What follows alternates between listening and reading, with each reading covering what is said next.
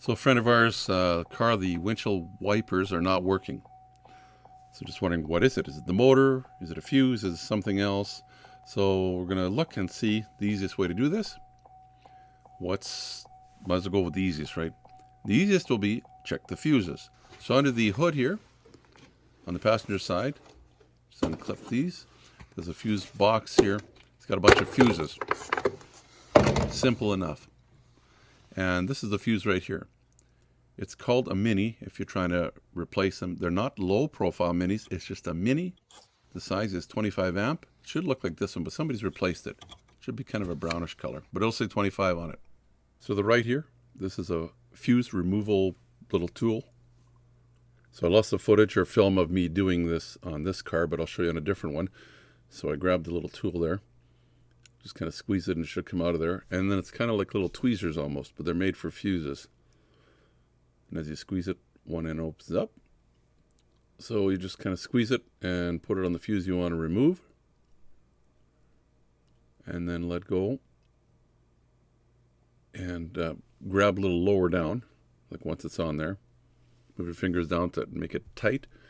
And just wiggle and it should come out. And there's your fuse, or one of them anyway. So a good fuse would look like this. You'd see the connection there going from one side to the other. See that? Versus a bad fuse where it would be blown like that. So it just gives you an idea. If you find that the fuse is gone, just replace it. If your fuse is good, you've got some problems, either the switch or the motor.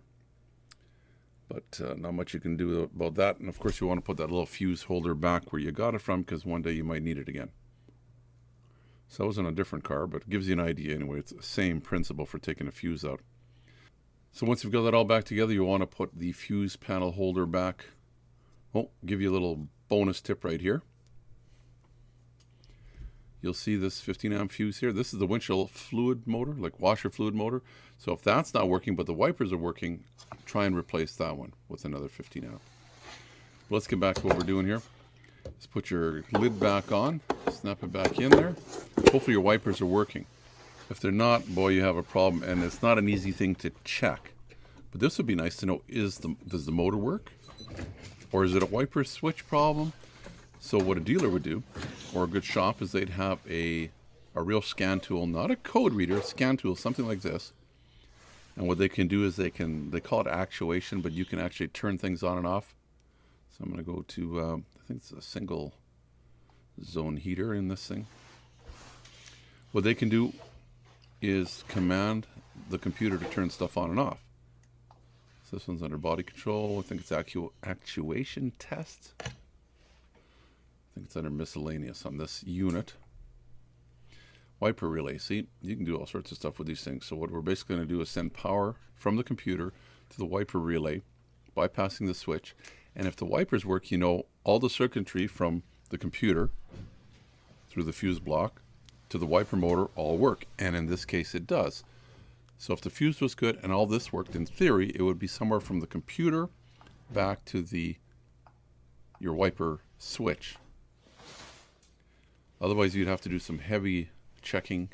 It'd be tough to do. So basically what you can do with the scanner is, by doing this, if it didn't turn the wipers on, then there's something between the computer and the wiper motor, right? Because it can talk right to the computer, so it's bypassing the switch. So because it works, we know the computer is working. We know that the wiring is good through the fuse box. All the relays are good, and the wiper motor is good. So it must be something from the computer back to the switch. Could be a wire, could be the switch.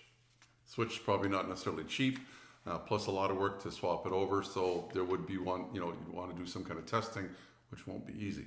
But it just gives you an idea. Hopefully it is your fuse.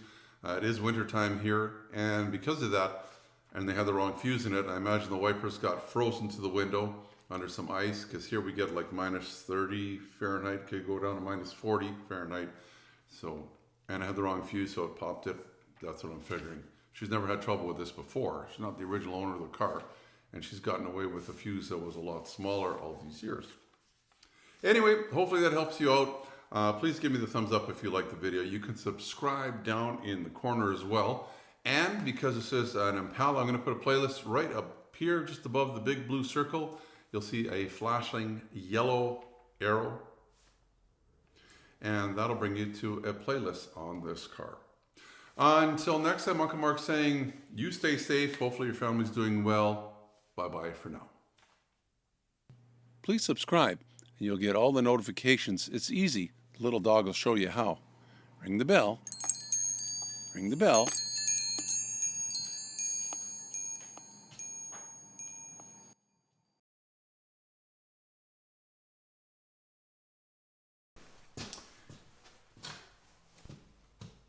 Testing 1, 2, 3. It's like 22 degrees Fahrenheit in here right now. I don't know, can you see my breath? Not right. I'll also put a playlist up here, just above the blig.